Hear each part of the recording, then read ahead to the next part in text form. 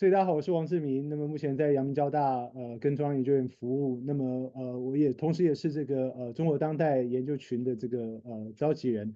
那我们今天非常高兴马家安教授还有正好博士，因为他听说已经这个完成了这个博士论文的这个辩护了，所以应该很快的就可以拿到博士证书。所以我们也在此先恭喜他。非常高兴两位今天能够来参与我们的这个论坛，然后担任我们的讲者。那在正式开始之前，容我稍微简单的介绍一下我们这个研究群在做些什么，以及我们大致的运行的方式。那中国当代研究群大概是去年的8月份正式启动。那么我们研究群里头主要是以两岸三地的这个关心中国当代问题或当代中国问题的研究者来作为组织的这个来作为主要的组成。所以我们有在北京、上海、东京、马来西亚当然还有台湾的这个朋友共同来讨论这个所谓的中国当代的这个问题。那我们之所以把这个研究群叫做中国当代，而不是当代中国，有两个很主要的理由。一个是我们对于所谓中国跟当代有一个动态性的理解，也就是说，整个今天当代世界的变化跟发展，其实跟中国的崛起变化有密不可分的关系。因此我们对于当代的这个认识，很需要一个透过中国的界面。另外一方面是，当我们用当代的角度去理解中国的时候，中国的所谓中国的这个空间也不仅仅是仅限于这个中华人民共和国的这个空间，而同时包含了很多在这个在大陆之内跟之外移动、流动跟流转的这些主体跟社群包含比如说两岸三地以及北美当然也包含了我们今天讨论当中会涉及到的澳大利亚。所以在这个角度来讲，中国当代对我们来说可能比当代中国是一个更切合当代现实的一个表述方式。那我们也希望以一个比较宽容的宽泛的一个呃空间想象来进行对于对中国当代的这个研究。在这个意义上面，中国当代可能跟所谓的全球中国的这个范式有很多的关联跟连结。那么我们也希望在这个互动的过程当中，对彼此的这个思考有更多的开拓。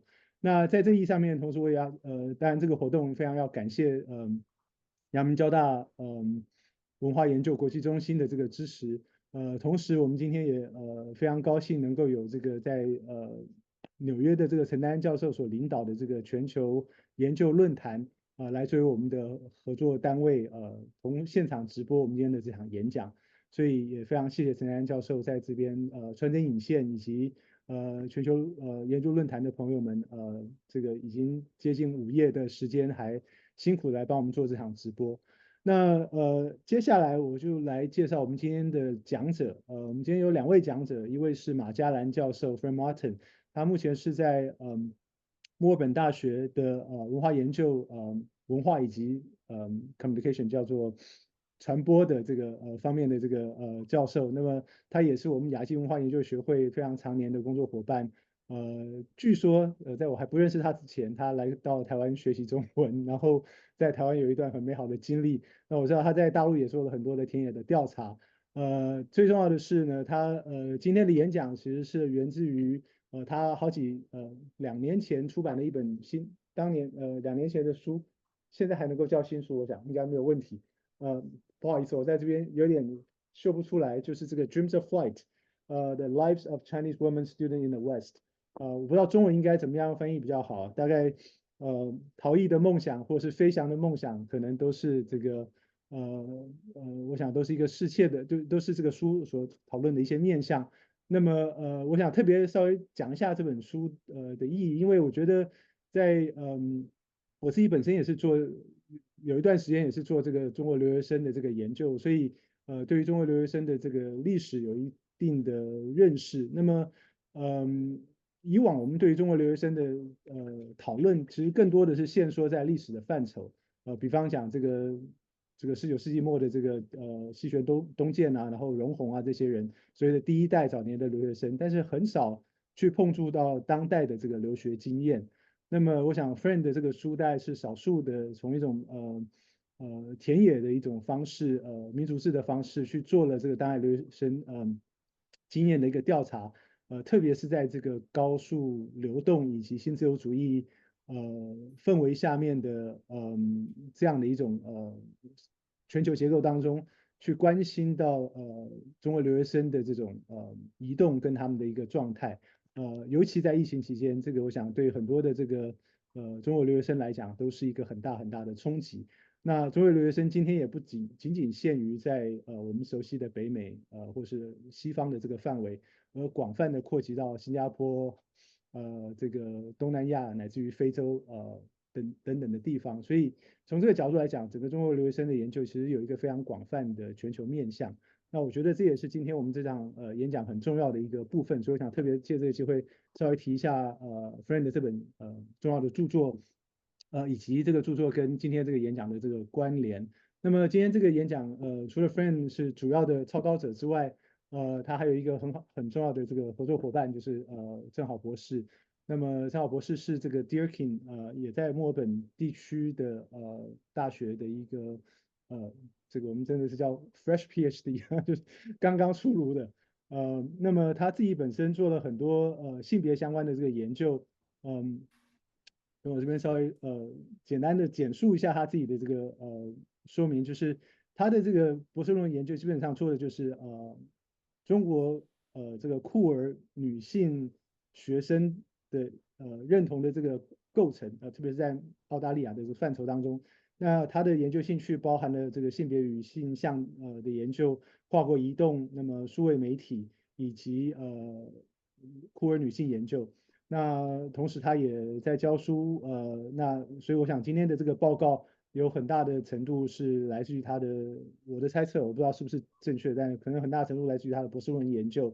那在此之外，他也发表了一些文章，包含了这一篇2022年叫做Share Motherhood War-Free Surrogacy Risk and Vulnerabilities in the Chinese Lesbian Family Making，发表在 Journal of Homosexuality Studies Homosexuality 这个刊物上面。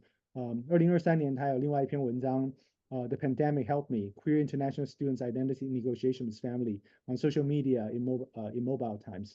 那我知道我们那个群里头有一个研究生，现在在 Utrecht，在比利时念书，他其实也要研究的是这个跨国华人的群体跟媒体的关系，所以我想今天Frank 好带给我们的这个演讲将会是非常令人期待。那我们也非常期待的去了解到，譬如说在华人学生群体当中，这个所谓的 trans 这样的一个认同形构是怎么样的一个过程。那我就不再废话太多，就欢迎马家安老师跟郑好博士。OK。好的，非常感谢王志明教授，我先交给正好吧，他先就介绍一下，就是不是介绍一下，只是说一些很重要的话，来。因为虽然今天我们的这个讲演主要是英文的啊，但是我们希望在开始的时候先进行一个致意，因为我们在澳大利亚生活和学习，所以这个我们这个 acknowledgement of land 是一个非常重要的事情啊。在此机会呢，我们仅向我们工作、学习和生活的土地的传统拥有者 Wurundjeri 人民致以深切的敬意。我们尊重他们的长老，无论是过去的、现在的还是未来的，并承认他们对这片土地、天空和水域的持续守护与关怀。这片土地自古以来就是原住民的家园，我们承认并尊重他们的文化遗产和深厚的历史联系。谢谢正好提供一个非常重要的一句就开头话。那首先就是我想非常感谢王志明教授，还有阳明交大中国当代演讲系列等主办单位邀请我们今天来跟你们就是说一下我们现在正在进行的一些研究。我们就是我知道正好跟我都非常的兴奋，就是很期待我们以后的讨论。不过我们我们演讲的时候确实是要用英文的，就是很多理由之一最重要，可能是因为我们今天发表的内容其实是来自于我们正在写的一篇论文，这篇文章我应该说这篇文章是用英文写的。那我们就直接用英文讲。不过以后我们当然可以双语，或者是用中文回答问题、讨论等等。OK， 所以我现在要很尴尬的 switch 到英文。OK， 哦，还有要 share screen，请稍后。这样应该可以，OK，因为我刚刚学会用 Canva，每次都觉得有点笨手笨脚的。Okay, so the research we're presenting today has a few kind of starting points, I guess. First of all, we should say that the people that we're going to be speaking about are from two different research projects. One is Zheng Hao's PhD. One is my project, which is a continuation of the book that Andy spoke about.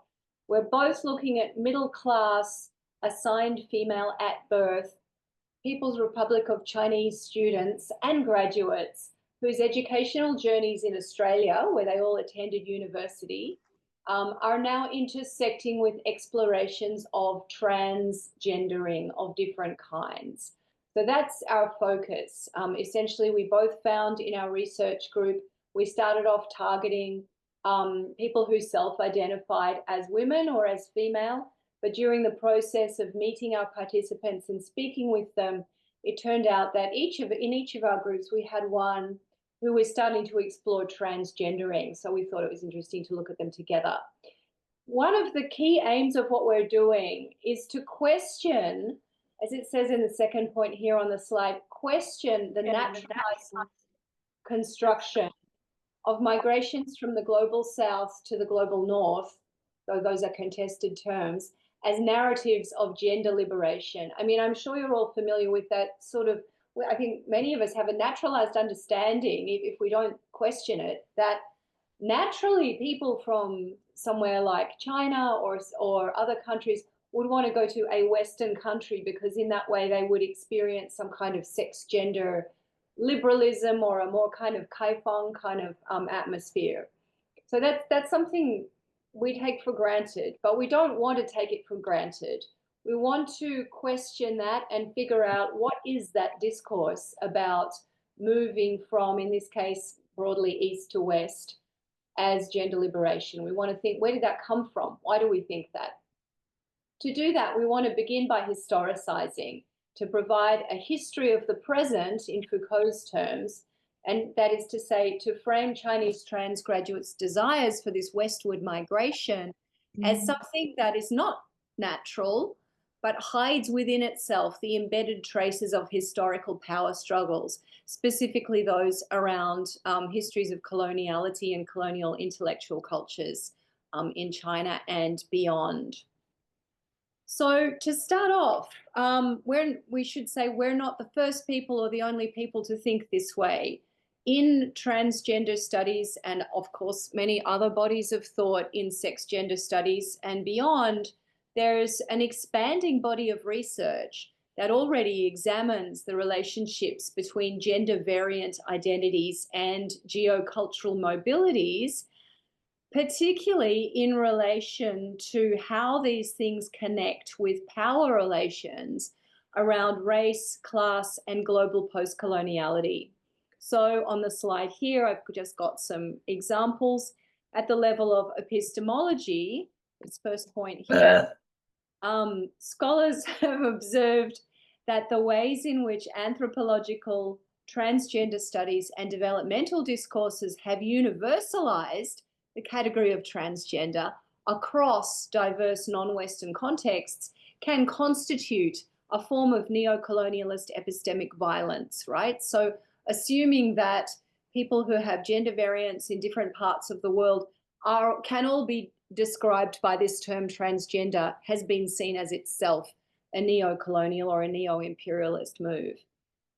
Another cluster of studies, point 2 here, highlights the interconnected post-colonial and class politics revealed in the common association of the English language and the idea of the West in general with sex-gender progressivism in kind of non-Western or global South contexts.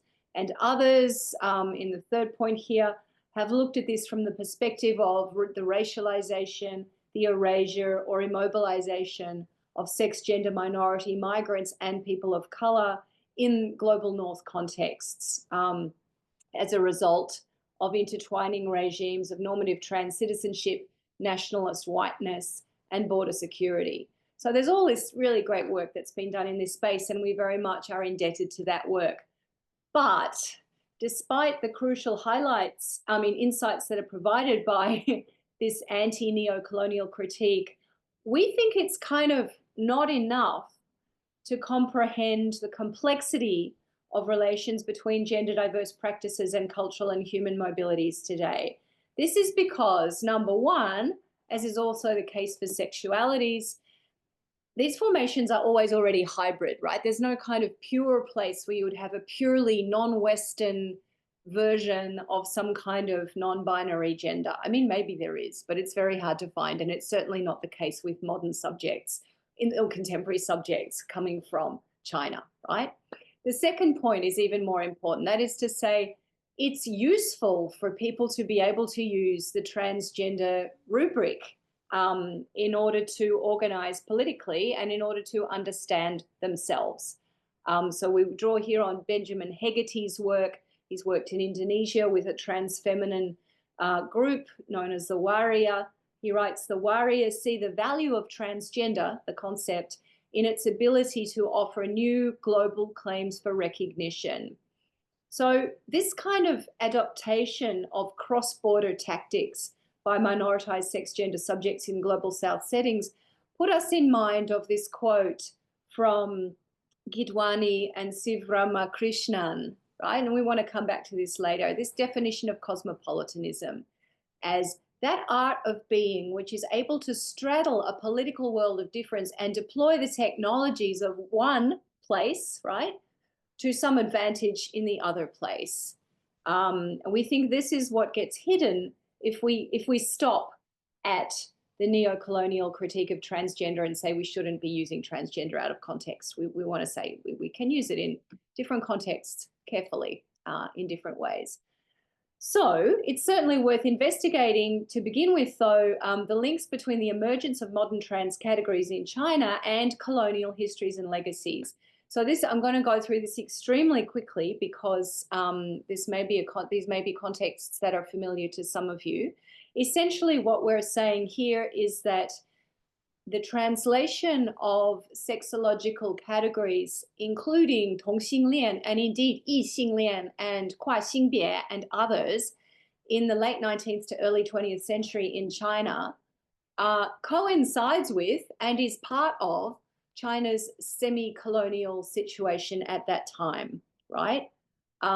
So this is the moment of the Chinese invention of transsexualism, displacing older indigenous or local terms such like in different contexts, Xianggong, Renyao, eunuchism, and others, as the work of Howard Jiang and others has discussed and researched in detail.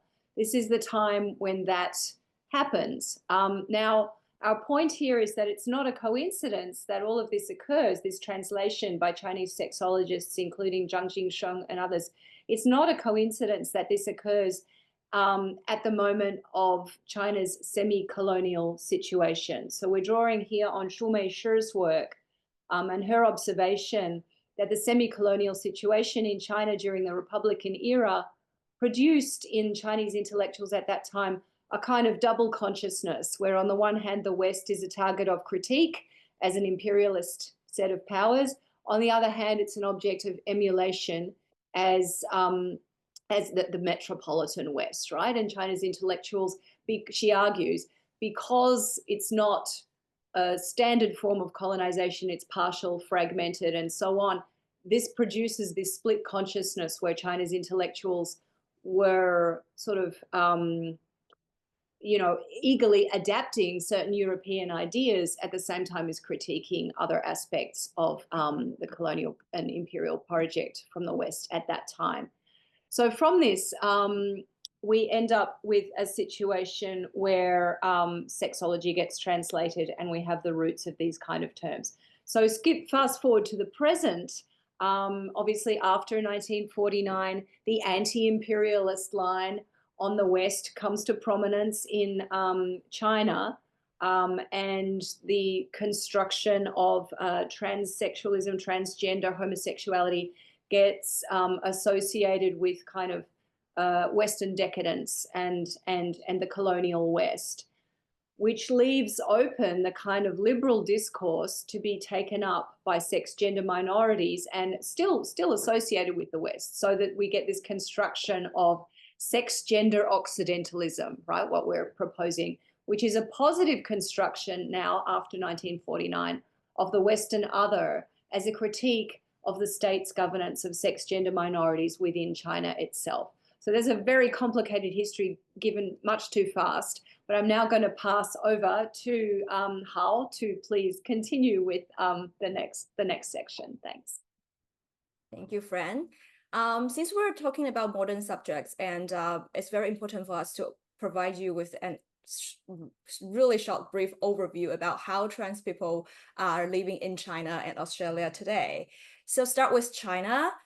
Trans people in China today face significant barriers to accessing medical services and support, including legal support and hormone therapy, even when they are of adult age, so beyond 18. Following the pathologizing logic of 20th century sexology, transsexualism is constructed as a mental disorder in a Chinese classification of mental disorders. And it is still categorized as gender identity disorder, 性身份障碍, in the more recent standards for the diagnosis and treatments of mental disorders, 精神障碍诊疗规范, which was published in 2020. Although Chinese transgender people are permitted to change their names and gender markers on official identity documents, such as the ID card, after the completion of gender reassignment surgeries, this is the precondition. So you have to complete the gender reassignment surgeries to change all these legal documents in China. And these are only available to unmarried individuals over 18 years old with no criminal records.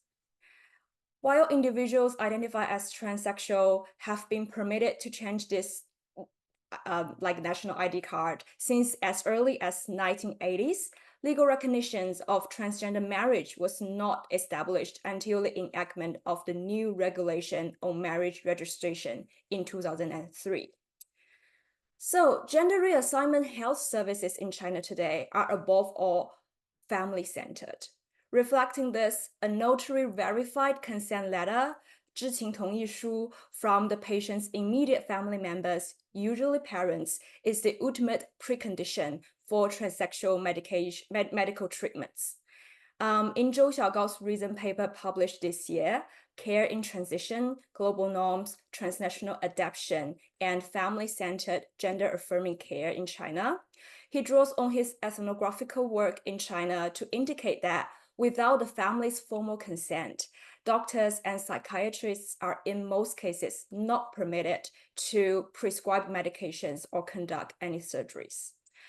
With the goal of striving towards a normal life, this is quote here, a quote normal life for their patients, health professionals perpetuate a heteronormative cisgender imaginary of trans people, essentially adhering to the binary sexological model of transsexualism. Patients and their families are obliged to prove that the assigned sex cannot align with their psychological gender, and there's no possibility to attain normality in their pre-transition bodies. So they are compelled to verify that they have suffered tremendously, and the only solution here is just to undergo surgical treatment. Thanks. So back to Australia. In Australia, meanwhile, thanks in part to trans advocacy and activisms in the past decades, we had witnessed, and this is still far from complete shift from a psychiatric model of care to a model of gender affirming care based on informed consent. And this enhanced legal protections for trans people in Australia today. The informed consent model prioritized the experiences, knowledge, and needs of trans people themselves to avoid unnecessary risks and protect patients from potential harm. In the case of trans people under age 18, after the victory of the Reed-Kevin case in 2017, parents and healthcare professionals are able to authorize adolescents to seek gender-affirming hormone therapy, which no longer requires legal approval by the family court. Trans people in Australia are legally protected against discrimination, harassment, and violence at both state and federal levels. These protections extend to an individual's gender-related identity, appearance, mannerisms, and other characteristics across settings, including the workplace, accommodation, and public spaces. They also safeguard an individual's privacy when interacting with organizations or government departments. Governments in many states allow people to update gender markers on legal identity documents such as passports, Medicare cards, and citizenship certificates without the requirement for surgical treatments. So, moving to the methods of this study, as Fran mentioned in the beginning, we draw from my completed PhD study on Chinese queer female students' queer and adult identity making, and by Fran's study on young Chinese middle-class women's educational mobility, both conducted largely in Melbourne, Australia. My study employed semi-structured in-depth interviews complemented by a second-stage social media scrollback interview method. And the participants were 20 queer AFAB international students from China, ranging from age in 20 to 34. The cohort included both full-time students and recent graduates from Australian universities as of 2021. Fran's study is a transnational, multi-sided, longitudinal ethnography that commenced with an interview-based pilot study in 2012, which is phase 1, and continued through an intensive research period between 2015 and 2020, that's phase 2, in which a group of 56 young women and AFAB people from China were followed through the course of their education journeys in Australia. In this paper, we focus on 2 participants, particularly, one from each project, whose stories we believe reflect a critical but under-examined aspects of educational mobility. By exploring the accounts of 20-year-old non-binary Lee and trans Harry, who was aged between 18 and 28 during the period of study to date, we attend to questions of trans identity and mobility in the context of international education. Hey, now, thank you. I will hand it back. Yes. This is so slick, right? We're so good at this switching. I think we're doing well, actually. So let me tell you something about Harry's story. I first met Harry, who is a high-achieving AFAB student in a STEM discipline, in a science discipline, when he was 17, before he left China for his Australian studies. We met in Harry's home city, along with both of his parents that night. And it seemed from the conversation that I had with them that Harry's tomboyish style, or what I read at that time, I read it as a tomboyish style, and his unwillingness to find a boyfriend were already a source of tension with his parents. As I got to know Harry better over the years that followed, nearly 10 years now, it became clear that educational mobility for him meant time away from parental surveillance, where he could more readily explore and develop his gender variant subjectivity. Today, 9 years after our first meeting, Harry has obtained permanent residency, or PR, in Australia as a skilled migrant and remains in Melbourne studying toward a doctoral degree while working part-time. 1 year ago, approx, he revealed to me that he'd begun gender-affirming therapy with a psychiatrist, a well-known expert in the field whom he much admired. And that's this slide that you see here is from the interview where he talked about that experience of finding the psychiatrist with me. I'm not going to torture you by reading that out. I'll just let you look at that for a moment before I move on.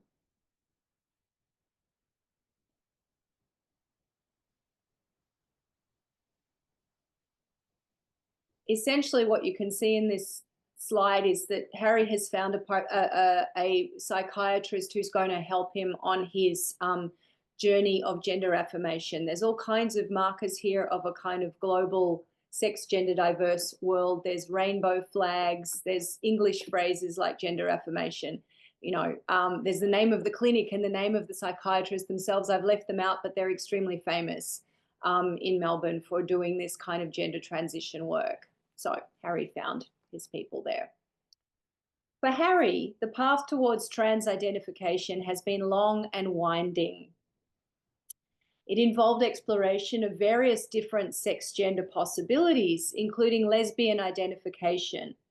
Several years earlier, when Harry had revealed his sexual preference for women to his parents, after lengthy arguments, his father had suggested that if he was certain about this orientation of liking women rather than men, then it would be best if he remained in Australia after graduation. He said something like, 你如果确定你是这样的，那你最好毕业以后还是留在澳洲吧. That kind of, the two were very linked from the beginning, even for Harry's parents or his father. Because I guess his parents reasoned that his life as a sexual minority would be easier in Australia, and also it would probably cut down on the hassles that they would face as a family if Harry was out at home. A year after that interview, Harry had concluded his gender affirming therapy and was in the process of social transition, which I'll talk about in a moment. But yeah, what I just forgot to mention, what we have on the slide here is Harry talking about his journey. So the reference here to the lesbian group, essentially, I mean, this is something I haven't put in the paper, but something that was quite interesting in knowing Harry all these years is when he confided to me after a couple of years about, at that time, what seemed like his sexual orientation as being an AFAB person who liked women, what did I do? I got a big stack of 台湾同志文学跟就是其他的台湾同志书籍就借给他 because I thought, well, this will be cool. It's in Chinese and he can read it. It's, you know, I thought he was coming out as a lesbian, and I think he kind of maybe thought that as well. But you can see he was very conscientious. He went to, I also introduced him to, I don't know this group myself, but it's like an Asian Australian lesbian group that I know of through my friends. I suggested maybe this will be interesting. So he explored all of these things, but then he found that, you know, 就觉得好像不是. That's how he said that to me. It's like, no, actually, that's not it. So it turned it into a kind of trans identification slowly over time. But now, a year later, he has undergone social transition. And he told me last time I met him with some pride and excitement about this social transition. He showed me, he took out his bank card and showed me it now says Mr. on there and other identity cards. And he showed me a button, like a badge he had in his bag with he, him written on it that he wears at work. He told the story of correcting his gender records at his local bank branch, and that's what you see on this slide, where he quoted the bank's own guidelines to the branch staff, who knew less than he did about the process. So he says, you know, 也是很尴尬, like he had to go to the branch and say, you need to change me into a Mr. And they're like, what? They didn't know their own processes. So he's like, look, it's here on the homepage. This is what you have to do. So he was educating the bank staff.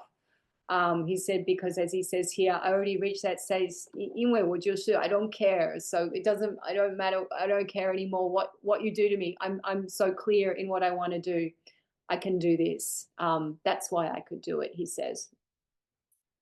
So Harry's firm resolve to record his correct gender in the face of the bank staff's ignorance and awkwardness and the awkwardness involved in such a public interaction testifies to the confidence he now feels, obviously in his own identity, but also in asserting his gender rights within Australian institutional and legal frameworks.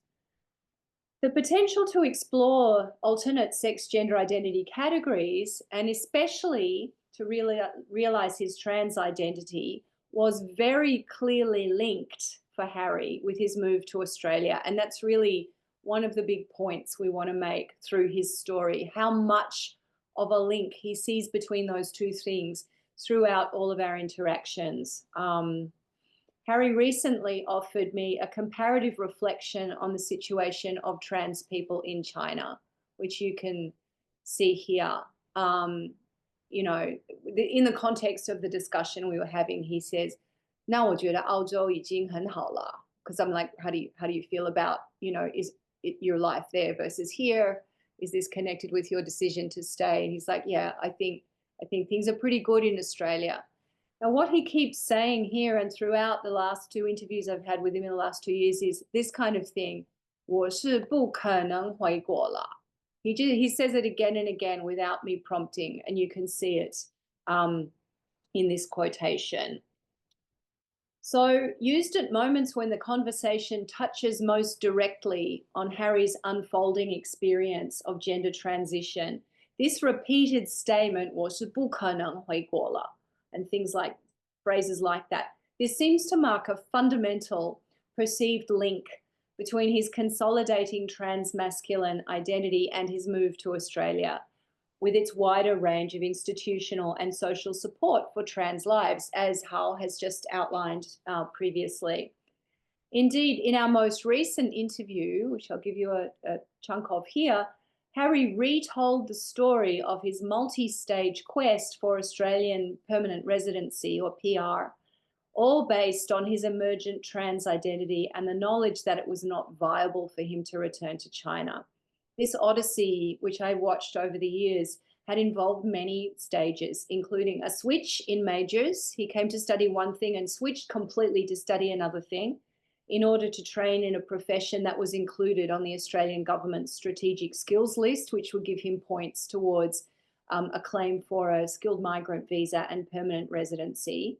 He also worked for 2 years then in a profession in which he originally had little interest, and it did involve some what he calls here dirty work, like it wasn't what he wanted to be doing. He's a very academically gifted person who didn't see himself staying in that kind of profession long term.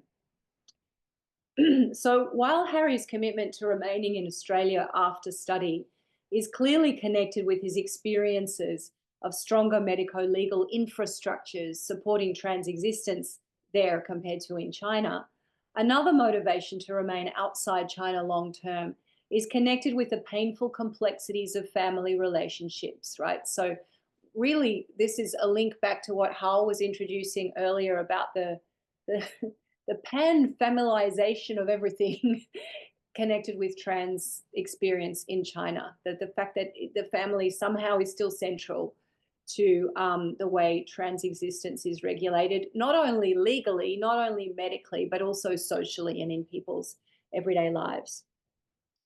Harry revealed his parents' refusal to acknowledge or far less accept his trans identity, saying they had initially supported his wish to consult the psychiatrist because they assumed he would tell me I was being silly, right? So the parents said, you know, they encouraged him to see the psychiatrist, thinking, of course the psychiatrist will tell our daughter that she's wrong.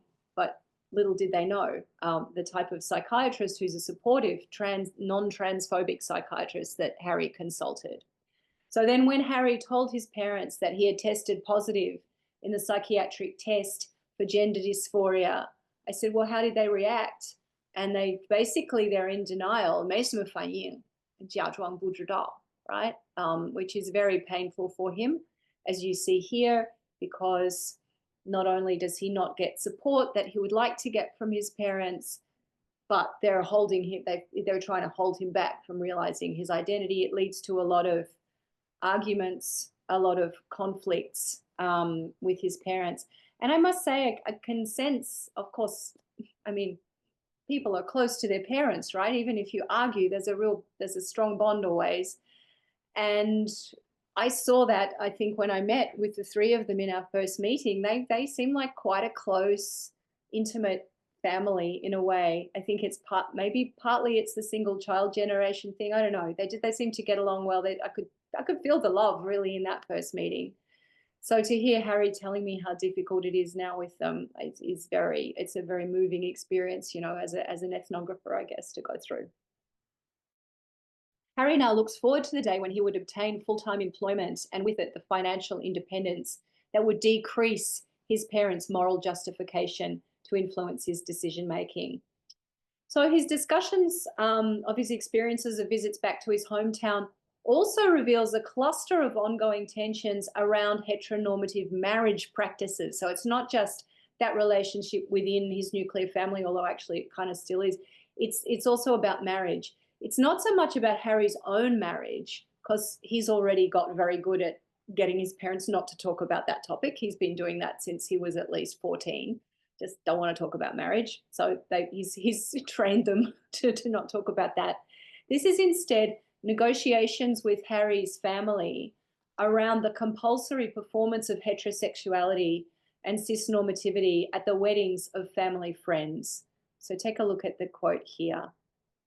It's about, right, attending other people's weddings and the parents saying, just bring 一个异性恋, I'm sorry, 一个异性朋友 to attend with you. That's all you have to do. But he won't do it because it tramples on, I guess, his own sense of gender dignity and what he's willing to do and not do. He doesn't want to take somebody, even though he could. He's got gay friends who could go with him from Australia to China and be like, here's my boyfriend, and pretend, but he's not willing to do that.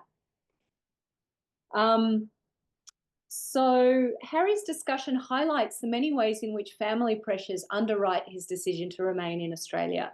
These include his parents' own preference for him to remain distant to avoid the public shame of his gender nonconformity being revealed to extended family and friends, the emotional burden of frequent conflicts with his parents, and Harry's desire to establish independence from them as an adult and a trans man, aided by geographic distance, and the routine humiliations, like what he describes here, of his heteronormative pressures connected with events like weddings back home.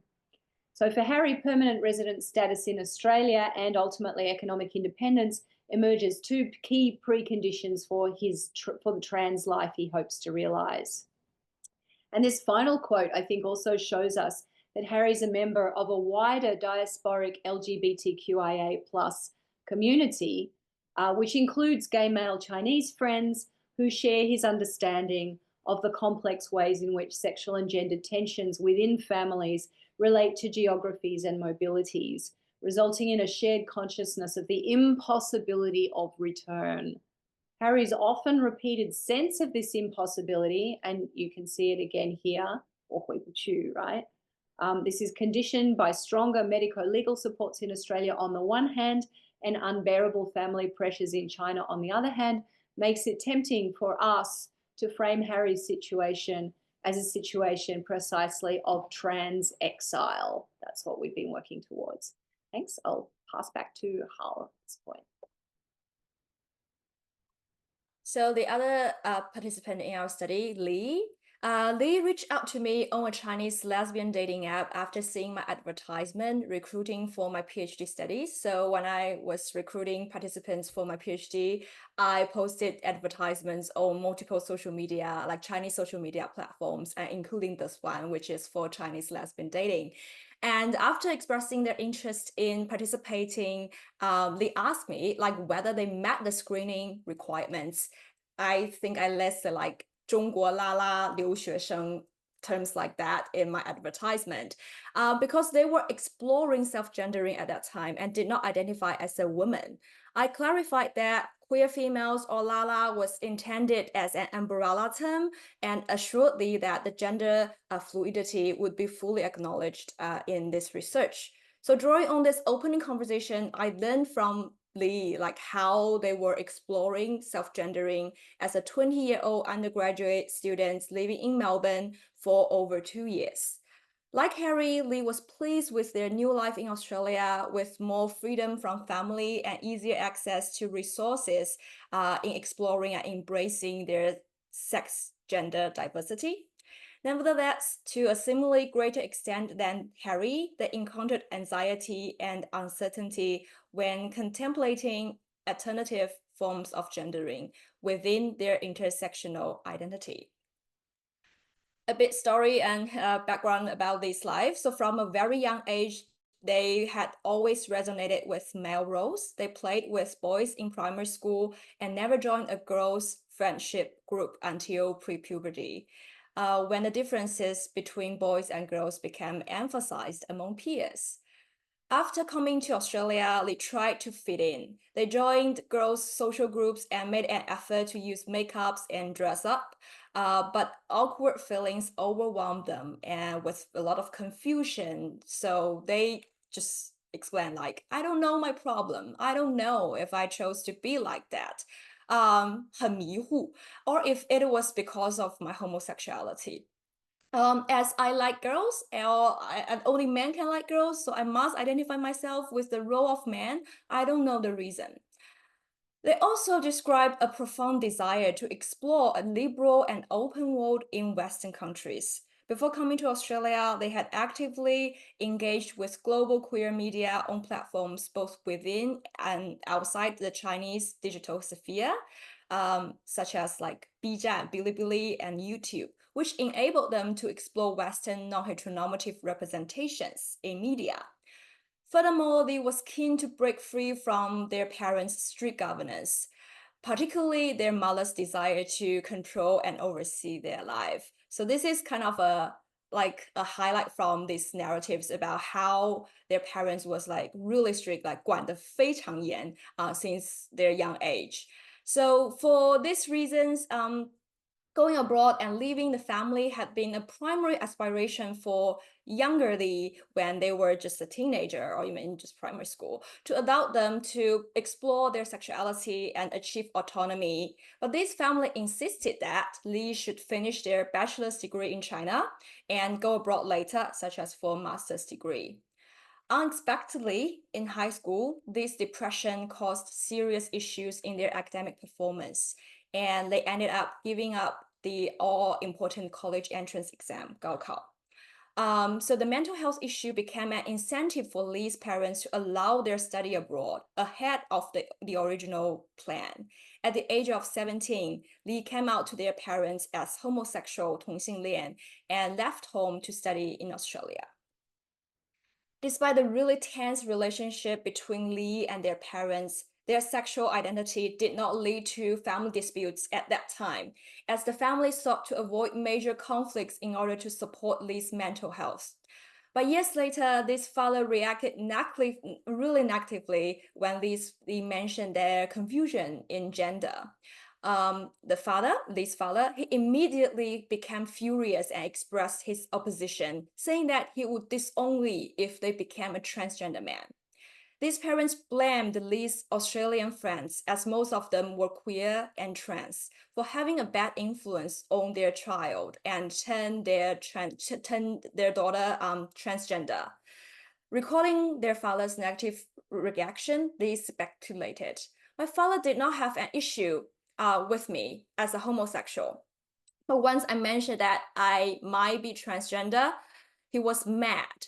他就疯掉了. Maybe the reason behind this is that in China, your body is given by your parents. If you don't like your body, you are disrespecting your parents.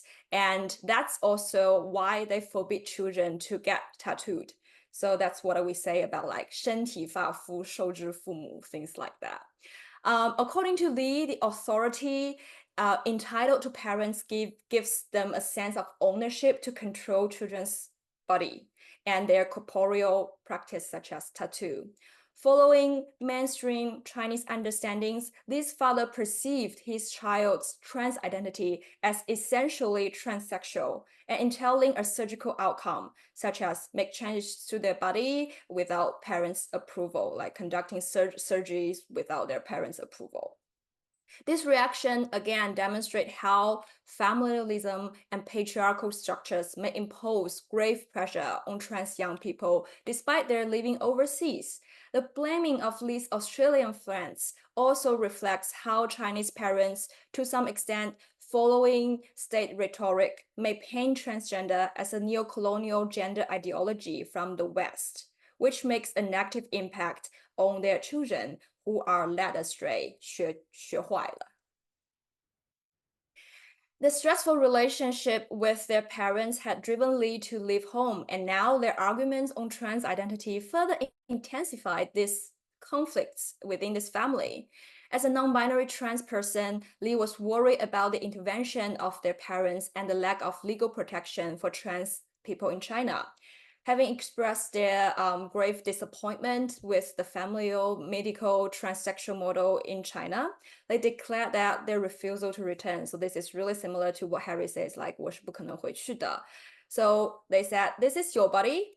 Your parents cannot feel your feelings. I cannot accept allowing my parents to decide my life. That's what they told me during the interview. Although Lee had spent only a short time in Australia compared to Harry, they already expressed a strong commitment to staying on after graduation. Echoing Harry's narrative here, they firmly state that I want to get PR because like 我想留在这边 because I want to stay here. As a gender sexuality minority, I will get better protections here compared to China. I can also get married here. After same-sex marriage was legalized in Australia, I felt I must stay abroad. Through these conversations with me, they constantly expressed enthusiasm and excitement to be exposed to the resources to rebuild their identity in Australia. After arriving in Australia, Lee had been active in local queer scenes and engaged extensively with Australian partners and students.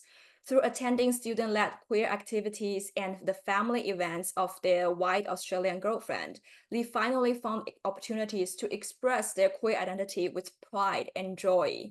Moreover, they developed interests in politics and started participating in gender-related celebrations and human rights movements, such as the Midsummer Pride March and Slut Walk in Melbourne. They also enrolled in gender studies subjects at their university outside of their major and received in their own words so much useful information that positively affected their identity exploration. Having experienced many eye-opening events and accessed valuable resources via education, activisms, and social interactions in Melbourne, Lee became familiar with the vocabulary and ideologies of local queer and trans discourse. This prompted Lee to explore their gender beyond the binary frameworks. But while acknowledging that the experience of educational mobility was fruitful and exciting, they confessed that there still remain many I don't knows in terms of their self-gendering. I'm so confused. Am I trans or gender fluid or non-binary? Or maybe I'm just a little girl. I don't really know. Interestingly, it appears that multiple layers of issues in relation to racialized body attributes intersect with this self-gendering. They said, I started to listen to my internal voice recently, as I was not quite aware of this before, nor had I considered what I wanted. It's quite funny, 很搞笑. I thought I was too short to get T-shirts. Speaking of my physical attributes, I might have more advantages as a woman than a man. Moreover, over here, if you are an Asian man and also short and skinny, you might face more discrimination. During the process of exploring alternative forms of self-gendering while studying in Australia, they experiences constant anxiety about body image when it comes to trans identity. They told me that when they discover an AI gender swap photo filter on social media, they use this application to find out if they will look good as a man. Lee was satisfied with the result of this AI gender swapping and decided to share the pictures of themselves, like swapping gender and like in different genders on social media. As they said, I just wanted to implicitly express that I could be so good looking if I became a man. The intention behind this, Lee explained, was to satisfy their curiosity and reassure themselves in the face of their uncertainty about becoming trans as a Chinese person in Australia. This anxiety about their racialized body image also shaped how they approached their gender-affirming journey. They said, I will go to gym and build up my muscles because I'm so petite and so I must become strong. Asked why they felt so anxious about their trans appearance, they responded, generally speaking, Asian men are indeed not as popular in Western dating markets.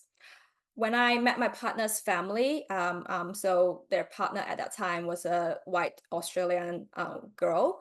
Each one was around 1.9 meters tall, and I barely reached their hips. This would certainly make me feel somewhat inferior as a man. This narrative thus challenges the frame of migration as liberation in some queer and trans migration studies and brings us our attention to the topic about, or the implication about sexual racism to some extent. Their hesitation about becoming an Asian trans man demonstrates how minority race and minority gender create forms of culturally and geographically specific intersectionality. So Bing Wang and Andrew Gomez-Murray's recent paper have highlighted the experiences of spiritual homelessness, which is caused by such intersectionality. They describe this as the lack of connections to a community or place free from identity struggles with underlying power structures where multiple identities are mutually embraced. This predicament exemplifies such an experience. So in sum, these aspirations towards migration after their overseas studies in Australia, first of all, demonstrate the productive potentials of trans educational mobility. During this process, this participation in local LGBTIQA+ scenes and the networks supported their deepening exploration of self-gendering by providing resources to enrich their gender imagination and understanding. Nevertheless, Lee, like Harry, encountered long-distance pressures from their family who continued to impose the stigma of transsexualism from afar. Lee was also reflected on negative effects of trans intersectionality, anticipating further marginalization as a minority in both gender and race living in Western society. This story thus illustrates the multiple and complexly disjunctive subjective effects on trans education migration, even though it provided Lee with certain resources and spaces to explore trans identity affirmation beyond these pathological and familial models in China. The previously appealing, liberal and open Western world also imposed new pressures and doubts about acceptance as a trans man, a Chinese trans man in Australia. So we're about to conclude. I think we have about 5 minutes to go. I think we've probably gone a bit over time, and it's 100% my fault, not Hal's fault. I can tell I've been speaking too much, but we are about to conclude. So essentially, we're going to try and wrap up what is, there's a lot, there's a lot in this paper, there's a lot of different threads. So we want to just wrap them up and try and bring them together a little bit. The first part of the historical stuff with the second part of the ethnographic material. So in the first part of the paper, we were speaking about going back to the late 19th century and the Republican period that followed, and then forward on into the PRC period. We spoke about 4 discourses in China today with their historical roots that frame trans existence and, we're arguing, propel these westward journeys, such as we see in the cases of Harry and Lee. So the first one of those, you'll remember, is this pathologizing medico-psychiatric discourse, Again, its roots in European sexology, taken up in new ways by the post-1949 PRC state and implemented as a kind of transphobic medical discourse, a pathologizing discourse. Secondly, intertwined with the first one after 1949, a nationalist and anti-imperialist discourse, which in its obverse, by extension, is associating sort of sex gender, quote unquote, perversions of various kinds, or sex gender non-normativities, officially then associated with Western decadence after 1949, and to bolster this nationalist discourse. Thirdly, a familialist discourse, which is certainly part of everyday culture. And our participants, research participants, will often talk about this being an aspect of Chinese tradition. And it certainly is an everyday discourse that is probably very, very old and predates the modern period, but it's very much shored up by the contemporary state in China today, which is very kind of pro-familialist and pro the traditional family, particularly in the current era after 2012. And finally, a sex gender minority identity discourse, which is allied with sex gender occidentalism. So this is the discourse that sex gender minorities themselves pick up in order to make a claim for their own rights. It is, in Foucault's sense, a reverse discourse using the tools of, say, the term transgender or the concepts of sexual minority identity against the power structure that would wield it over them. And this is producing a kind of sex gender occidentalism, rather, this idea that the West is always more kaifeng than the East. So by calling that a discourse, we're not saying that's not true. We're not saying it is true, but we're pointing out, well, there's certainly a way of thinking about the West as open, as progressive, as welcoming of sex gender minorities. So it's really the disjunctures between the first three discourses on the one hand and the fourth one on the other hand that are channeling these flows of middle-class trans exile from China to countries understood to be part of the liberal West, including Australia, or that's our argument. Pass back to Hao. As the final point we'd like to raise is there's a but. So these mobile graduates' lives that lives in Australia are also characterized by negative experiences of racial or racialized marginalization. And this might not be like a really direct or in-person interactions with the racism, but they can be also in projection, like as they imagined about this uncertain future they will face as a trans person. And these are conditioned by the same post-colonial histories, which also enable their positive experiences of inclusion as sex gender minority subjects. So that's all we have for today. Thank you so much for having us. Thank you. There's some of our references, if that's of interest. But right now, perhaps I'll stop sharing and we can hand back to Andy to kind of moderate the next section of today. OK，非常谢谢马珊珊老师跟郑好博士啊，非常精彩的一个报告，内容非常的丰富。那么我想大家也都我想呈现这样 PPT 的这个呈现都相当的清楚。那所以我想接下来的工作大概有2个部分，第一个是我会提供一个简短的回应，一部分是就是因为刚刚的演讲主要是英文，所以稍微把刚刚演讲的内容做一点点简单的中文摘要。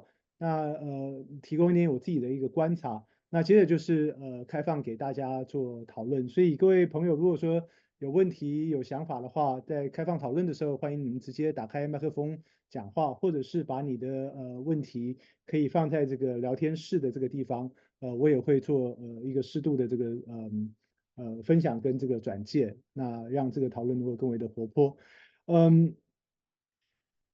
然后我们的时间是到12点钟，台北时间的12点钟，澳大利亚时间的2点钟，所以我们还有大概将近是50分钟的时间可以做这个环节。那很快的，我稍微再次谢谢2位的这个报告。那我很快的用中文做一个简单的摘要，其实我想整个结构非常的清楚。今天的这个讨论基本上是建立在一个对于留学生群体的一个性别认同的这个问题上面。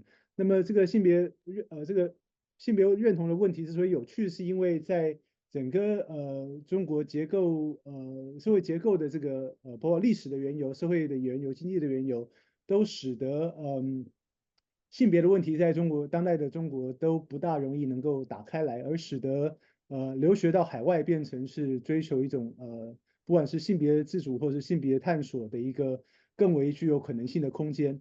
那么所以在这个讨论里头，马老师跟这个郑博士，一方面提供了历史性的对于性别讨论的这个材料，去爬梳整个性别论述在中国现代历史过程当中的几个趋向，特别是刚Frank 提供的最后的一个 slide，就是有4个病态的这个国族的反帝国的以及家庭的和西方主义的这4个不同的向度来理解整个留学生的这种性别认同在中国所遭遇到的一些困境或者是一种结构性的这个结构。那另外一方面就是说比较这个民族志的细节有2个非常重要的案例，一个是 Harry， 如果理解没错的话 ，Harry 应该是原来是女性的身体，然后变成男生，对吧？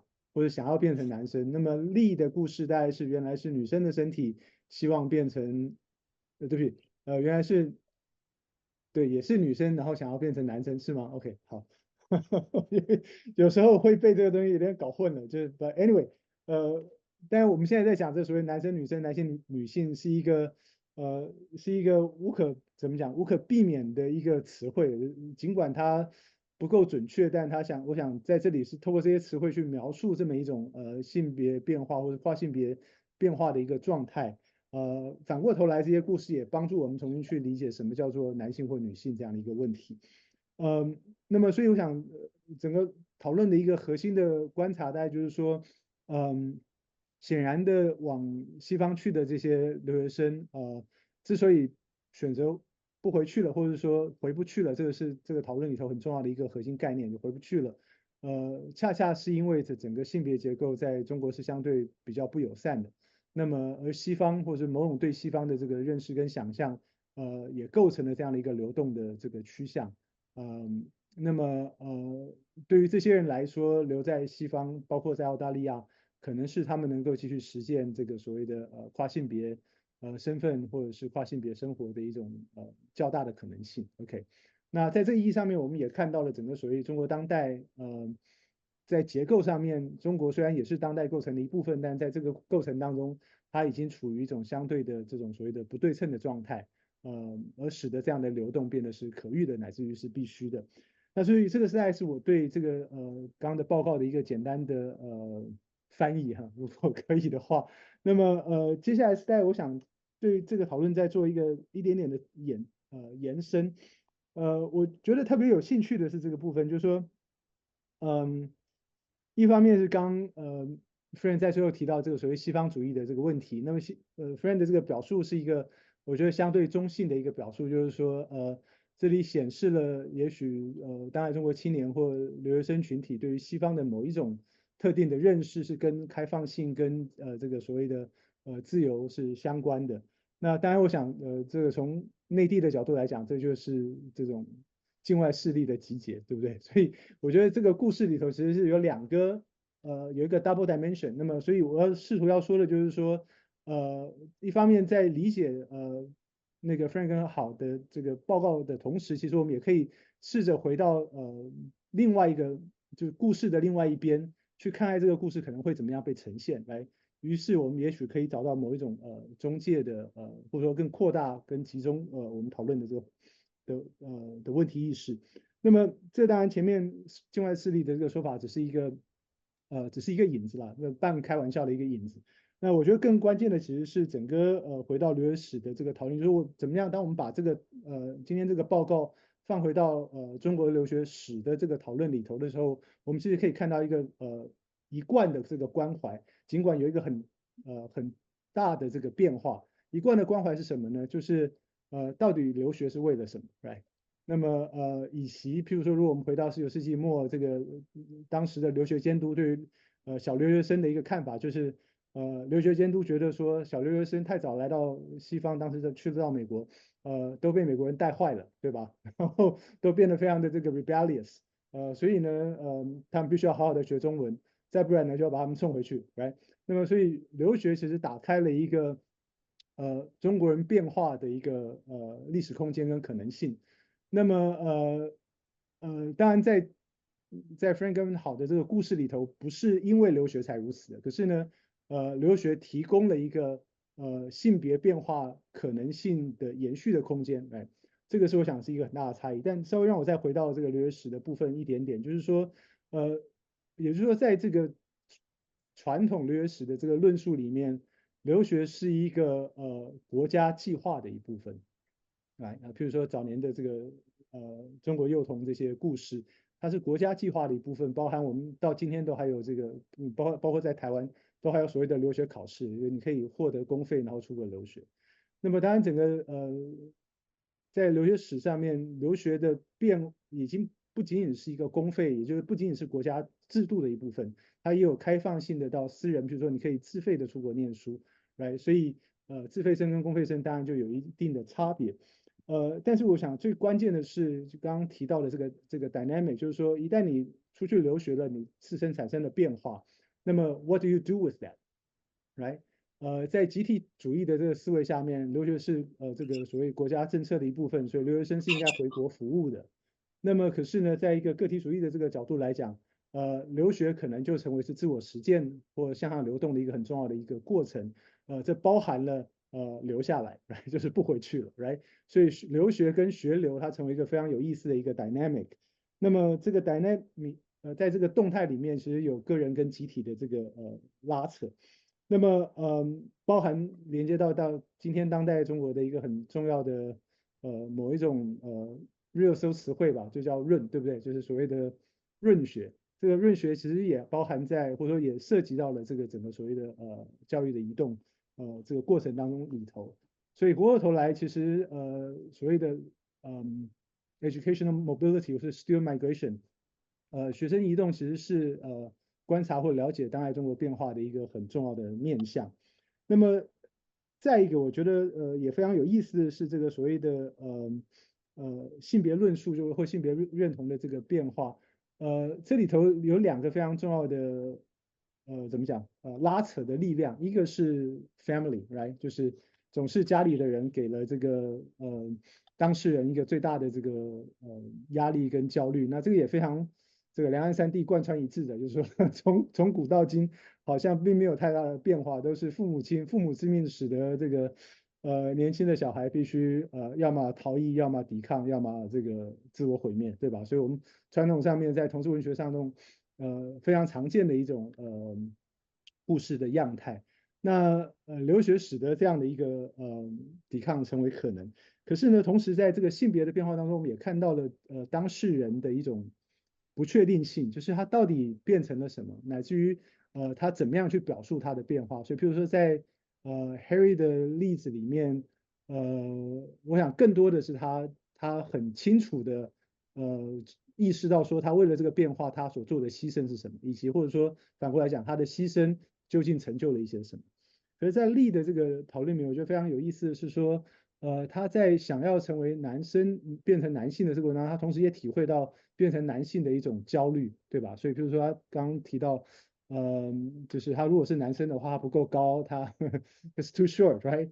那这个其实，反过来就如果他今天在中国的话，也许这个焦虑不会那么的深，会不会？或者他在台湾或香港，也许这个焦虑不会那么深。可是，在澳大利亚，这个身高的这个差异确实是一个很明显、几乎无法逃避的这个现实。那么，所以这个性别取向的一种变化，是不是也跟在就是物质空间里面、地理条件空间里面、文化空间里面的这种种族的差异有一点点的关系？或者说他们怎么样去意识到，或是不意识到这种现实的这个影响？那好，有一点点的讨论，但是好像还没有充分的展开来。包含我们不大知道说，当事人他们往来的对象是不是显然也必然是不是也是跨性别的是其是不是跨种族的是其二，right？也就是说这些具体的讯息可能会影响了我们对于他如何理解跨性别这件事情的一个理解。也就是说，整个性别取向的问题可能不仅仅的是家庭，当然这个是一个非常重要的一个趋向，也特别是在移动的这个脉络上面，尤其需要被凸显。可是就性别的变化的这个部分，或许我们还需要更多现场的日常生活的一些资讯来做更好的理解。那最后我想大概是这样，就是说，我想这个论文这个文章其实在这两个方向都有一些 engagement，一个是留学史的，或者说留学讨论的这个部分，另外一部分其实是性别的。那我就在想说，特别是我想 Frank 一开始就谈到这个问题，就是说，在西方有很多讨论性别的这个研究，可是很少把中国留学生作为这个讨论的现场或者是档案，right？那么中国留学生在讨论性别上面的重要性到底在哪里？我想这个可能是，也就是说，这其实是我的某一个问题了，就是说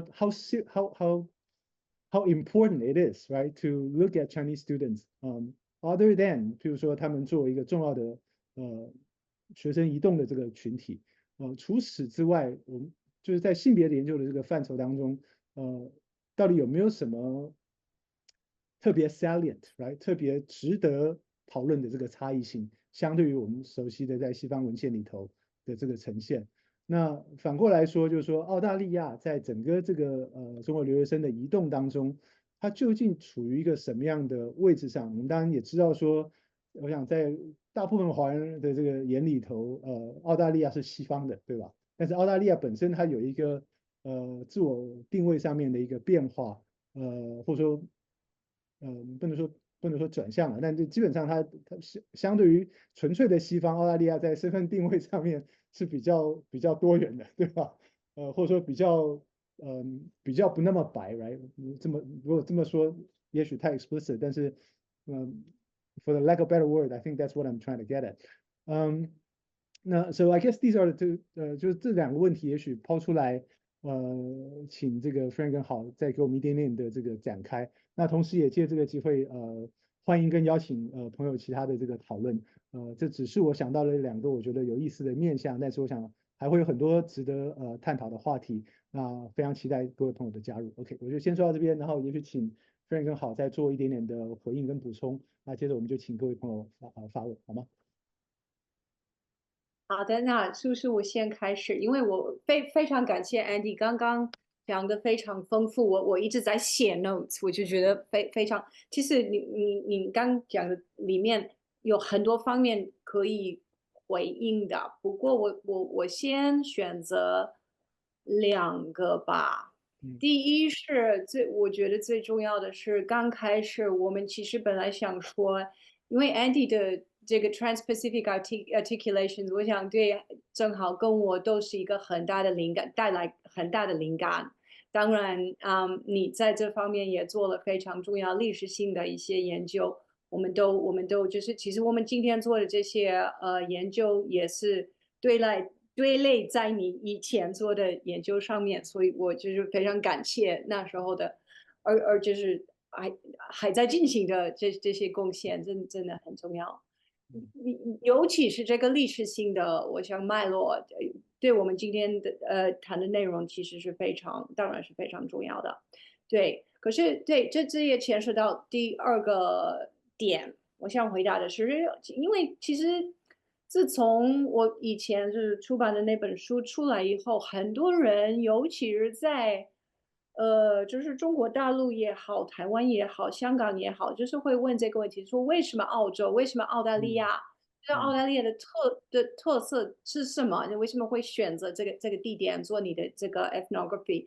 然后我回答的时候，第一个问题是非常简单，就是说，因为我在澳洲嘛，所以说我就很简单，就是一种也可以比较太简化的说，这是一个 convenience 的考虑。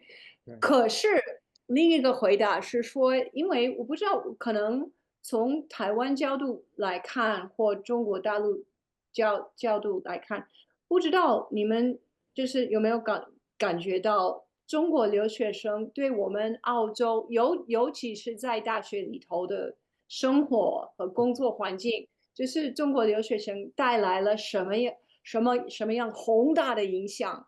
因为真的就是澳洲，你看，就是整个留学生群体之内，第一，留学生很多，占大概就是大部分澳大利亚大学现在有学校大概是平均25%到40%都是留学生，而这个里面最大一块是来自中国的留学生，所以说跟美国比，甚至跟英国比，就是你如果看整个学生群体，就是中国留学生占的比例高很多，就是我们教的每一班可能有时候到一半多都是中国留学生，所以说为什么澳洲是说，因为在我们这个角度来看，我就觉得真的是一个非常值得去研究的群体，因为就是非常影响当地的生活跟文化生活。对，不过这确实，其实你刚刚那个问题的内容也是，就是就是细看一点，就是其实是关于种族跟对西方的一些想象。其实我想美国应该也是，因为我知道在很多可能刚来的或还没有出发的留学生眼里，就是说你去西方国家，你去美国，你去澳洲，你去英国。可能想象的是一种白种人的社会吧，我想是。可是其实这三个社会都不是啦，都是非常多元化的。然后还有很复杂的问题在里面，就是说留学生，中国留学生来了以后，面临这种多元化的社会的反应和就是自己的经历是什么，这非常复杂的一个问题。可是对啊，我就一直在思考这个问题，其实，然后就以前也写过一点点关于这一点，就是说，比如说中国留学生面临呃非裔朋友或者是别的种族的朋友会怎么想，甚至呃讲一个小小的故事吧，就是我记得几年前我的参与者之一跟我们在聊天的时候，他说："Friend，你能解释吗？美国为什么那么多黑人？"他不知道，他不知道这整个历史。他说为什么那么多黑人都去那里？我问是努力历史嘛？你不知道，我就解释给他，他就非常的惊讶，非常的难过，说真的有那么多那时候，所以这在中国国内的对这个话题的意识，当然很多人也会知道这个历史，当然的，可是刚好那天那个学生不知道，所以说我想西方这个里面的意思或者是想象，这很值得进一步去探索吧。不过在就是性别少数这个点上，我想真的是西方代表一种开放性吧。然后我们刚好要谈错的是，就是正好的那个他讲里的故事，刚好是就是你来了以后，你以为这是一个开放的社会，而在某一个程度上，对跨性别人确实是比较，就是可能在那边生活会，因为很多原因可能会顺一点，确实。不过就是你碰到呃 implicit or explicit 种族主义的时候，比如说就觉得自己的身体不够高，自己的身体怎样，这其实是一种 racialized 的意识。那你碰到这种其实是一种 marginalization 的时候，你又怎么反应？因为这是很矛盾，所以我们刚好要就是说出那一点，那也是我们就是结论之一，就是说我们一定要 pay attention to 那个点。呀，那我不多说了，我谢谢谢谢，想好，肯嗯，定也想回答。好，对，行。谢谢 Fran，特别谢谢 Andy 的评论。我觉得我也刚才也在很努力的记很多的笔记。可能就是顺着 Fran 已经提到的几点，我说一下。另外 Andy 提到的一点就是留学生在这个西方的 gender studies 也好，或者是我们就更 specific 点说 queer theory 或者 trans theory，它的有一个重要性，或者更多的可以说是一种独特性在哪边。然后我会再回到就是说他们在不同的物理文化空间里头可能所经历或者想象的这种种族上的区别，就是 racial difference，会给他们的生活带来什么样的影响？首先，我觉得第一个问题，这个也是一个非常重要的，我们需要去 justify，需要去说服别人，或者是去澄清的一个点。从我自己的就是研究的经历来看，我觉得中国留学生这个群体给西方发源的，现在当然有很多的学者，然后他们在做更多元，然后更 inclusive，更包容性更强的性别研究。那这个群体它最主要的一个我觉得独特性吧，是他的经历和他在人生中经历的很多他的优先级、他的责任、他的愿景会和西方长大的酷儿或者是跨性别的年轻人很不一样。那么留学生这个群体，因为我的受访群体，我是说在14岁之后才来到澳洲的，所以他们其实是在中国经历过，比如说义务教育啊，或者是更多的一些文化的一些经历的。那他们在来到澳洲之后，他们的这种反应和变化，其实是非常在这种跨文化研究中很独特的存在，尤其是在经历一个这么从青少年成人的这么一个过程。我相信 Fran 的研究其实也横跨了这样一个跨度，包括像 Harry 他从他的18岁到28岁，其实是人生中应该来说是飞速变化和成长的一段时间。那同时他们也在经历着文化上、地理上的一个变化。那么同时我们又加上了性别的这个元素，所以这个所谓的 intersectionality 它是一直在流动和变化的。所以这也对我们作为学者产生了很多挑战，因为我们需要去描述和分析这样一个复杂的、多面的，然后瞬息万变的过程。对，然后同时他的这个经历，为什么我们要做呢？是我想说，他给这个比较theory focus、比较理论这个中心的性别研究的理论呢，给了很多实用性的 empirical evidence，去想说我们怎么可以在一个不如此欧美中心，或者是甚至是 decolonial 的一个反殖民的这么一个思维框架下去考虑性别这件事情。那他们提供了很好的案例，就包括我们今天讨论的这一些。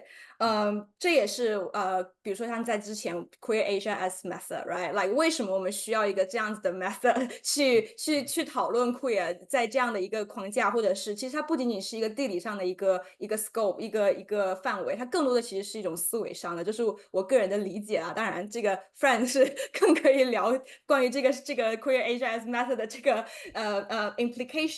那回到刚才我们说的这个 racial difference 上，其实，在写这篇 paper，包括我跟 Fran 在前期沟通的时候，我们都希望用这个 paper 作为一个抛砖引玉的一个方式，因为我们觉得这种留学生的独特性在跨性别研究和这个mobility 移动性研究的这个范畴里，其实是比较少见的。但是它其实讨论了很多可能不太经常被看到的问题，包括像李他的对于自己的一个外貌的焦虑，其实不仅仅是外貌，我觉得更多的是他其实是有一些很深层次的，包括对于他从小是怎么去看待男性、女性，怎么去经历这些性别相关的期待也好，或者是自己对自己的一个，甚至我们说有没有这种所谓的 internalized racism 或者 internalized transphobia，其实他是很困惑的，他也在这个探讨或者是探索这样的一个这些框架语境的这个权利语境的这个过程当中，包括他学习了很多这方面的知识在学校里头，因为他学了性别研究，所以其实他是在这个非常信息过载的环境底下，在探索他自己到底想成为一个什么样子的人。所以我觉得其实我们只是想说用这样的一个方式去抛砖引玉，然后想让大家更多的去注意到这个问题和可以做更深度的研究。对，好，OK，非常谢谢好跟那个 Fran，好刚刚提醒了我，那个 Fran 其实有很多很重要的这个研究成果，除了刚提到那本书之外，整个 queer studies，它是非常重要的一个先锋，包括刚刚提到的，他从2003年其实就编了 Mobile Culture, New Media and Queer Asia 这个书，到2008年还有 Asia Pacific Queer Rethinking Genders and Sexualities，然后再来是这个2003年有 Situating Sexualities, Queer Representations in Taiwanese Fiction, Film and Public Culture 等等，是提醒大家，如果还有兴趣的话，心有余力可以再把这些书找回来看。那我们现在就把时间开放给大家提问，不知道各位朋友有没有什么样的想法或是意见想要跟Frank 跟好分享的？那中文、英文都行，我想大家都听到了，他们两位的中文、英文都非常的好，所以语言不是一个问题，好吗？就大家可以直接开麦克风自己来。好 Hi. 嗯 Hi, hello, hi, Fran. Thank you so much for this paper and this wonderful presentation. I have several questions, but I'll try to not take up too much of your time. So I was when I was listening to this presentation, I think one of the points that both of you made was about the pathologization of gender non-conformity, right? So this understanding of transness in strictly medical terms. So thinking about that reference to the diagnostics menu in China, I'm assuming that it's very similar to earlier versions of the DSM, the kind of references to gender identity disorder, etc., etc. I was wondering if you can tell us a bit more about both of those participants and whether they see themselves with reference to this very strictly medical, pathological, born in the wrong body, hating your own body kind of narrative of transness, or whether they see themselves more in that kind of, as you were saying, like gender affirmative ways of thinking about gender that isn't necessarily pathologized. So I was just wondering if you can say a bit more to that. How do you want to start with Lee? Okay, I can do that. And great to see you, Carmen. It's really good to have you here. Okay, so just to respond to that question, I think the first thing I would like to respond is I think Lee told me at the end of the interview, it was like first or second interview, they were saying I was being educated to hate myself in the first place. 从小就是被教育要讨厌我自己. So that was the discourse they were grow up with. And that was really hard for them to learn and relearn things about their body and about their identity. And that can be definitely an outcome of this really hyper pathological model of transgender or even homosexuality in China at that time when they were in China. But I think that was kind of shocking when you don't know certain things, but now you know, then you have to relearn it or unlearn the hate, self-hatred discourse in the first place, and then try to restart something on yourself again, because it's all happened at the same time. And I feel like that can be a really striking reason for Lee to have this uncertainty and anxiety, as they don't really know how to love themselves in the first place. And then because everything was built up on hatred, it's not good, it's wrong, it's a mistake. So how could they do that from this really challenging start point? That's kind of my response. Yeah. Yeah, wow, that's very moving, Hal. Really difficult. Thanks, Carmen, for the question. Lovely to see you. Yeah, in Harry's case, it's really interesting because, like I said, he's a STEM student. He's very much a scientist. So I've been struck by two things. One is speaking to the psychiatrist and doing the test, I think for gender dysphoria, he's very scientific. He's like, I passed the test. I have the indicators. The transness is real. Nobody can argue with it. I know it's real now. So he's got that kind of scientific mind that it's not pathologizing, but it is very scientistic or whatever, which is not a criticism. It's just like he's clear on that. So he's very much not like many of the young people I know who are art students, and they would be talking quite differently about identity. So it's not really pathologization, but it is built on the basis of medicine, and insofar as psychiatry is in that camp in this kind of way, even when it's anti-transphobic psychiatry.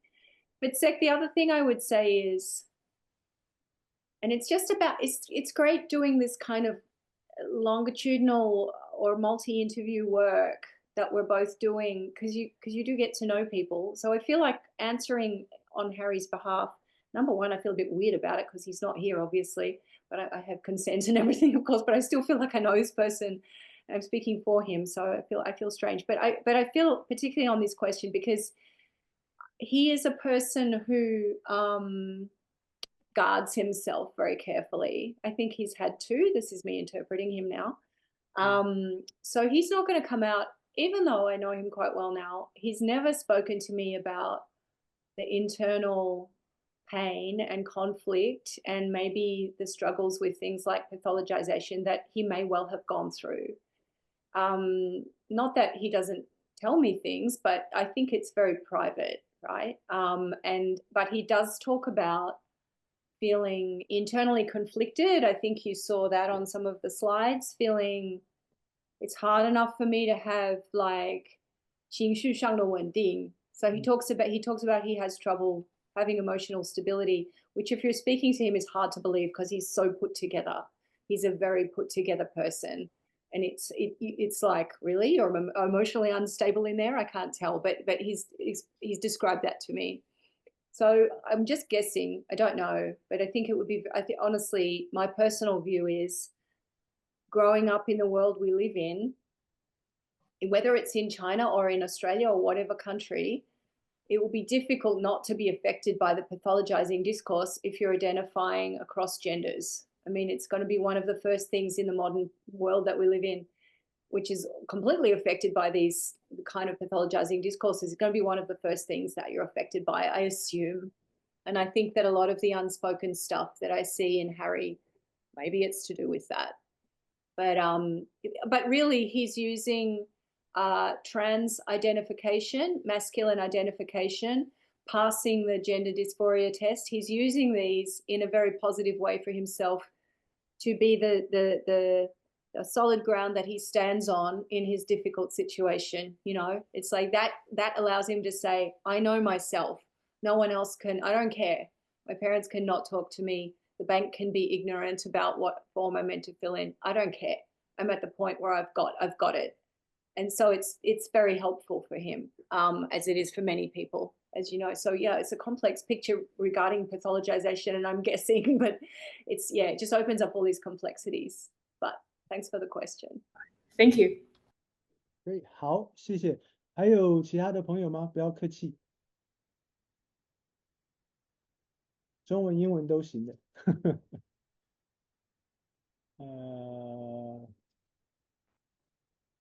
OK， 如果大家不要随时打断我，其实我有一个，其实我非常喜欢这个讨论，所以我其实有2个小问题，但我先提一个就好。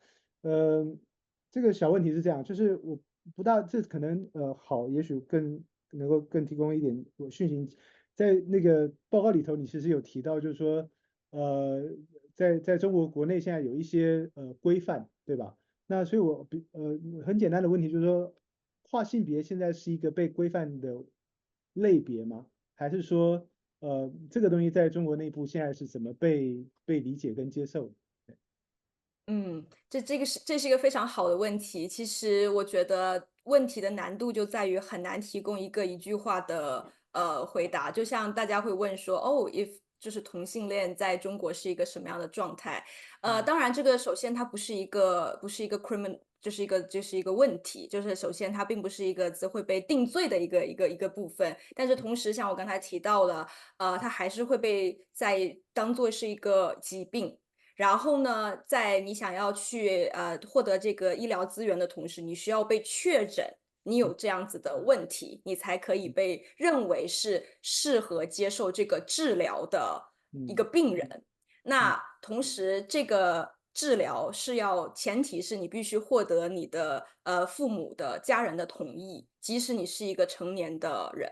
所以说，这等于说你的身体的决定权并不在于你自己，而在于你的家人。因为如果没有你的家人的同意的话，他们的这个医生啊、医院啊，包括甚至是甚至只是 medicine，只是 hormone，你都不可以拿得到这样的途径。当然这么说的话，其实因为这样子的管控，其实还是有一些 underground 的操作。那大家获得药品的这个途径可能也很多元，尤其是现在因为网络的盛行，所以其实这是一个非常难从官方文件去形容的一个状态。对，所以我觉得，尤其是在我们刚才有提到，比如说有包括 social transition 的这个方面，其实都是介于一个非常灰色的地带。如果你不从法律或者是国家规范层面去讨论它的话，对。 OK，所以我可以稍微再澄清一下，也就是说，如果今天在中国，我想要成为一个跨性别者，那么我首先必须要承认我是有病的，对吧？然后我才能够获得所谓的医疗资源，让我的性别能够改变，做这个就是这个不管对是 sexual restoration 或者 affirmation 的这个 surgery，是这样吗？对对，对可是如果说但是我如果想要这么做，但又不想让我的父母知道，我就可以透过其他的管道去取得这些相关需要的资源，也就是说这是可以做得到的，是这样吗？也就这是非常困难的。就这样困难。OK，好对，，OK，而且同时我也想说是非常危险的。因是是是是，为这是一个非常需要专业知识和非常科学的 monitor 的监管的一个过程，所以如果是通过自己的一些途径去进行的话，其实是非常非常危险的。理解理解，OK，好，谢谢。那我可不可以补充，其实稍微补充一下下，就是说，因为我们就刚好在写这篇 paper 的过程当中，我们也意识到，其实我们在研究这个问题的时候，要很小心，不要把中国跟澳洲或西方写成一种二元对立，因为其实，在澳洲也是耶，你要拿到，就是比如说你要经过 surgery。一定要有 psychiatrist 的说你有这个 condition，不是说病，可是要通过什么什么 test。当然也是唯一，不是说唯一不同的地方之一，就是说家长的许可，不需要。你过了18岁就不需要这个家人的许可。然后好像青少年也可以获得一些资源，就是有一个叫什么 puberty blockers，在澳洲好像孩子如果不知道什么年龄开始好，你记得吗？好像是12、13来岁，如果大家同意的话，也可以获得这种 treatment。可是也是非常困难的，并不是说你想要就可以要，其实很难，因为澳洲也有非常保守的政客，就是非常保守的一面，就是大家最近就是议论纷纷这个话题，就是孩子一定要让他们这样吗？这样不是不好的吗？所以说，并不是说 trans 朋友在这边就很轻松，中国不是，而是说两个国家的制度是不同的。对。我们有我们的强调是在于说，他们是两个比较不同的 model，就是它的模式是不太一样的。但是其中有做的事情，可能其实很多程度上是类似的，只是它的 framing，它怎么去 approach 这个东西，怎么形容它，怎么讨论它，可能会有很大的不同。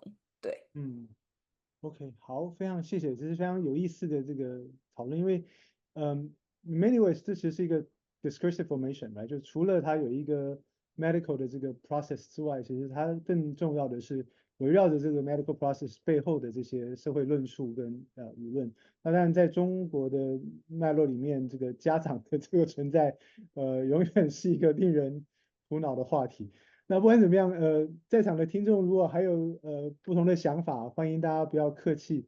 我其实还有很多的问题可以问，但是我不希望去主导这个讨论的方向，主要是做一点点的补充。你的案子其实是蛮有趣，因为其实他14岁就出国留学，可是不是来澳洲，他是去另外一个国家，就是一个亚洲的国家。我不说什么国家，因为这样可能就是匿名性的问题。可是他14岁就出国留学，然后其实我上次跟他讲的时候，跟他采访的时候。我说我有一种感觉，我跟他说 Harry， 你是不是觉得你是在留学当中长大了？就是你是不是在移动性里面长大了？就好像中国国内已经是一个很遥远的东西，虽然他经常回去，可是他一直在流动。先去这亚洲的国家，后来来墨尔本读本科，后来读研，现在读博，所以他一直就是年龄段刚好是很多年，快15年吧。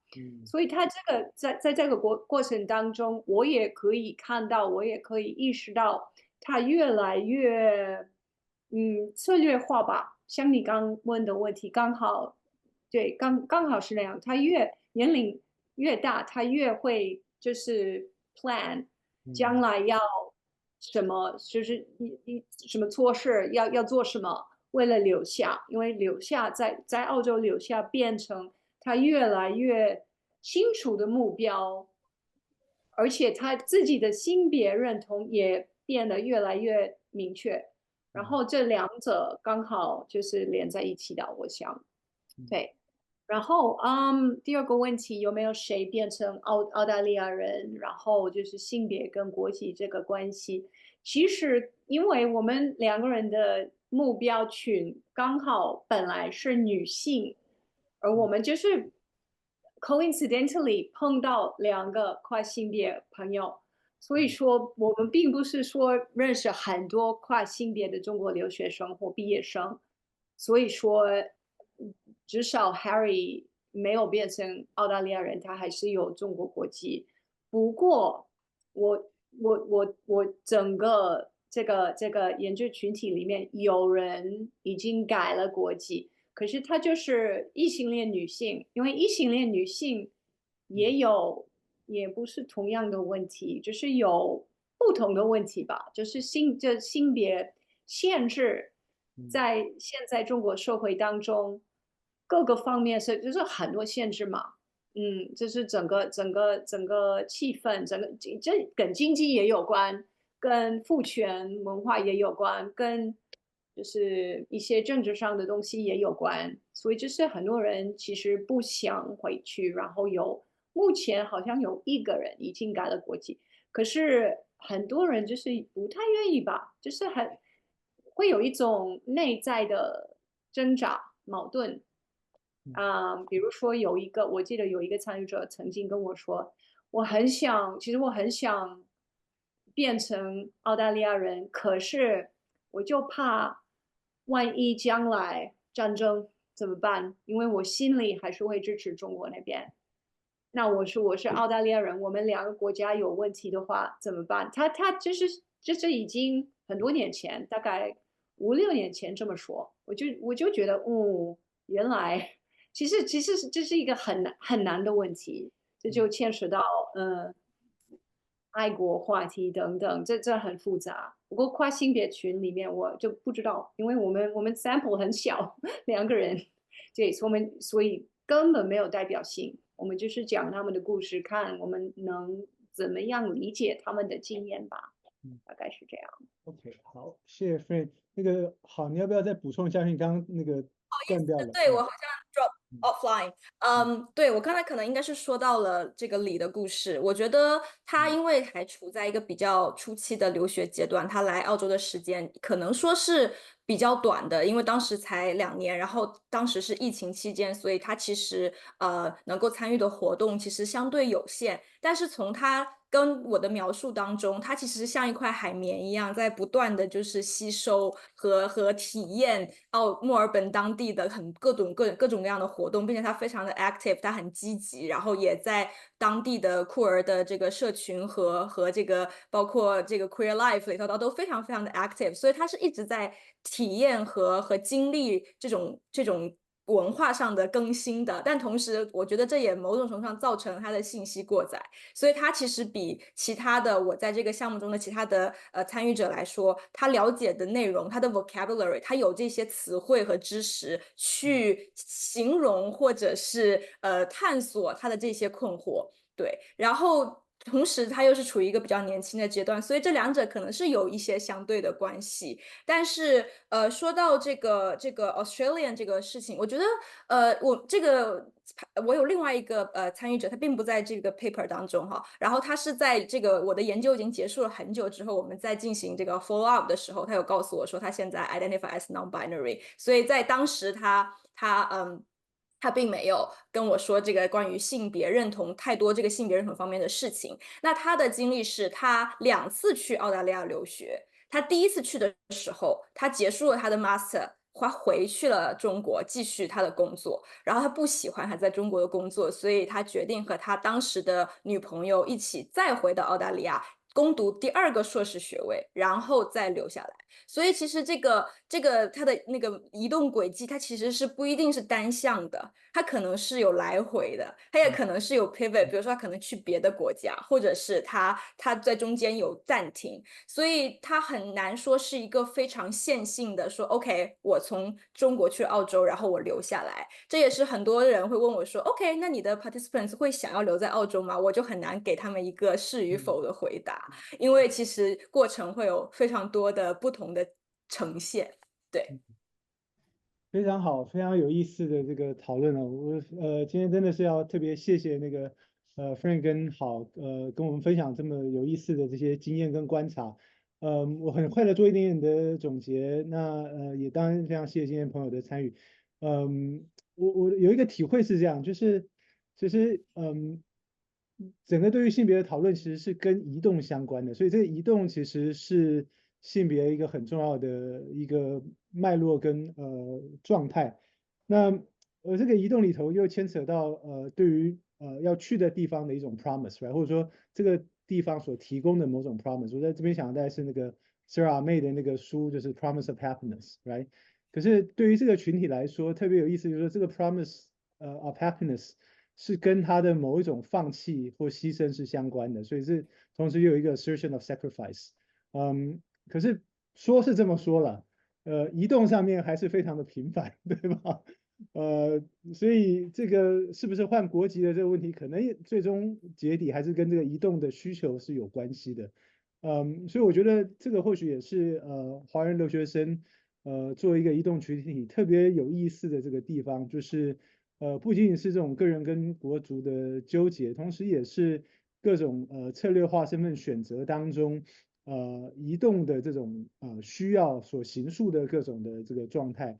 那非常谢谢今天Frank 跟 Frank 跟这个给我们介绍这么有意思的一个项目，那么也丰富我们对于华人移动的跟中国当代状态的一个视野。所以时间也到了12点钟2点钟。那再次谢谢2位的这个报告，也谢谢各位朋友的这个参与。那我们希望以后还有机会请2位到台湾来可以跟我们大家做更直接的互动。OK，那我们今天就